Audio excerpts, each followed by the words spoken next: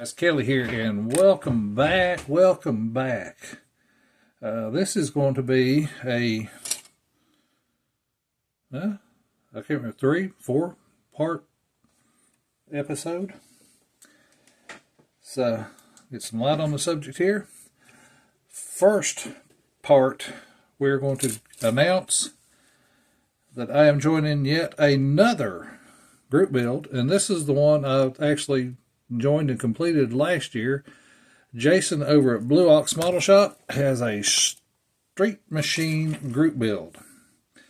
Now, last year I chose the newly released 68 Coronet convertible, and about halfway through I said, I really want to build this car. So here's the reasoning behind this. And you can see I didn't really get anything done. Picture, if you will, 14-year-old Kelly. I actually owned a 67 Chevelle. Now, it wasn't a 396 SS. It was a 327 Malibu. Butternut yellow, black interior. I had Nova rally wheels on mine.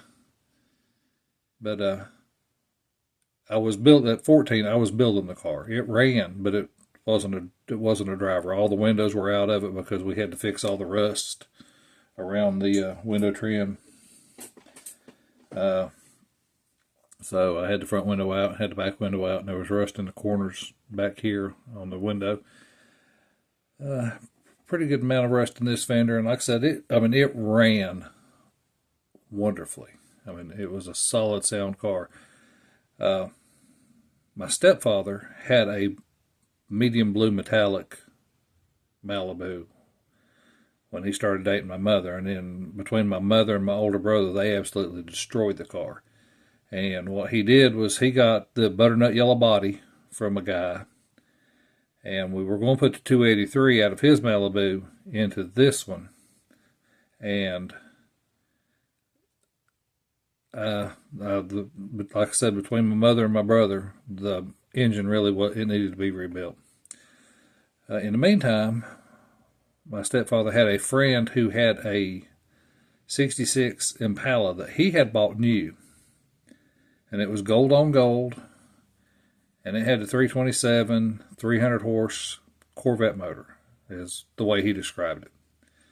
So he got T-boned by a driver on the way home, and the whole passenger door was sitting in the middle of the car. And he told my stepfather, he said, get it out of my yard. I don't want to see it when I get, because he was in the hospital naturally. He said, when I get home, I don't want to see it. So we took the 327 and put it in the car. And then I turned around and bought the whole, the 67 Chevelle, the butternut yellow one, with the 327 in it, and the 67 blue one for parts. So I got factory tinted windows from the blue one and put them into the yellow one. My stepfather had special ordered his. It was a 283 Power Glide, but he had a console. He had bucket seats in the console, and where the tack usually is down on the console was a clock. It was weird. I've never seen anything else like it. He claimed it was all original. Whether it was or not, I don't know. So, getting back to my story. 14-year-old Kelly standing outside of the Long John Silver's in the Biltmore Village. Yes, the Biltmore, you know where the Biltmore house is at. Waiting for somebody to pick me up after work. And at least once a week, there was a burgundy, it was a metallic burgundy, 67 Chevelle SS that would drive by. And my 14-year-old geek self was, trying to get the guy's attention. He wouldn't stop. Now, his car had a snorkel hood scoop on it. Still had the SS, but he had to put a snorkel hood scoop on it. And I thought that was like the coolest thing ever. So, this is a new kit. I have opened it up to look at. As you can see, it's a new kit. I have never built the AMT 67 Chevelle, but the car that used to pass me by while I was waiting for somebody to pick me up, because like I said, I wasn't even old enough to drive, even though I had a car, had Krager, or the Weld wheels So I've got some from Jay's Wheels on eBay. So I'm going to kind of do a modern take. It will be burgundy because that's the car I'm modeling after. But I am going to follow the KISS rule. Keep it simple, stupid. I'm changing the wheels. I don't think I'm going to alter the motor much. I just want to do a box stock plus. Okay, next up, Workbench update. The Little Red Express is back in color. We stripped off all the Duplicolor red that we had on it, and naturally we lost all the decals in the process and that beautiful wood bed that I had painted. This time we've gone back with Tamiya Pure Red. I can't see the number here. And it's got 2 coats of the Tamiya Pure Red, followed by 2 coats of Tamiya TS13 Clear. It will start to get decaled hopefully tomorrow, but like I said, everything else is basically the same. Other than I like this color better. I really do. So that is that. And next up for the weekend update is also a completion video. The AMT 64 Chevelle SS, this is an original Craftsman car, is complete. It is in Tamiya TS68 Wood Deck Brown. And then 2 coats of Tamiya TS13 Clear. I can't remember the interior color. I think it's a not a Duplicolor, but it's like a Rust-Oleum or something like that. Bumpers, front and rear bumpers and grille have been sprayed with the Revell chrome spray, as are the hubcaps. It's got a Scale Motorsports. Let's see if this is a lot of help. Get it over here. Scale Motorsports giraffe print interior seat inserts. My white ball shifters in there. I added the valve stems to the 3D printed wheels. Oh, look there, I missed that whole edge of the bumper. Dashboard is a decal, or not, excuse me, it's not a decal. The dashboard is a photo of a 64 Chevelle dashboard. This is far from perfect. I'm happy with it. It's going to look great on the shelf. But since the new kit's coming out, I thought I'd put more effort into a newer kit so I can put an engine in it and detail up the interior better. But like I said, I love how this looks. It is going to go onto the shelf like it is. So I think this is number 4 for 2024. And like I said, I'm happy. I'm having a great time with this. So that's where we are with this one. So there goes the Workbench update. Next up, let's get ready. The box stock group build. I have got Ford truck parts laying everywhere. As we all know, maybe we don't all know, this is the truck I'm building. Box stock. So when I show you the chassis, you will probably quickly guess the direction I'm taking this one in. So here we are. It is a little neglected. I assembled the whole chassis and then sprayed it all flat black and then came in and did all the rusting on it. put the Tamiya panel liner around the differentials at the universal joints to give it kind of a leaky, neglected look.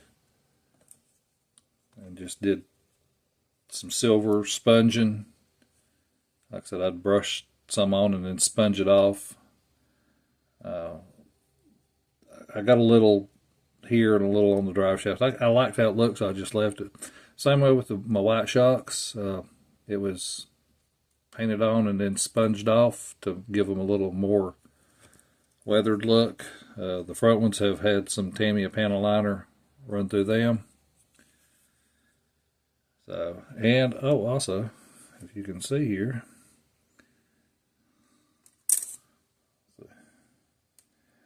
I have sanded a good portion of my tread off of my tires. The back ones are more bald than the front ones. Of course, you need to keep your steer tires need to have better tread than your drive tires. So I've got that done. Let's slide over peanut butter. And I've got most of this done. And this 390 has seen better days. It's still got a little ways to go. I've got to get the carburetor and all the oil filters and their breathers and stuff like that on it. It was painted Ford blue. This was gunmetal gray, and then everything was weathered up. Again, I just did the rusting on it and did a whole lot of panel liner to give it the rust look, or the leaky oil look. You know, after all, it's a Ford. We're just trying to make it look like a Ford. Sorry, guys. That's just me. Anyway, I wanted, you know, it's killing me because I like adding valve stems to my tires, and I didn't do that. I at least put spark plug wires on mine. I don't do linkages and little fuel pump stuff like that. So, you know, it's the little things that bug me. But Scale Auto years ago had a article on stretching sprue, and that's where you take. Let me get some here because I got a pile of it. Take your sprue and you heat it, and you just kind of gently pull it, and it thins it out. Now, the article that I was reading was doing fishing poles, and that's how he made fishing poles. And I thought that's pretty cool. And back in the 80s, I tried it, and it worked really, really good.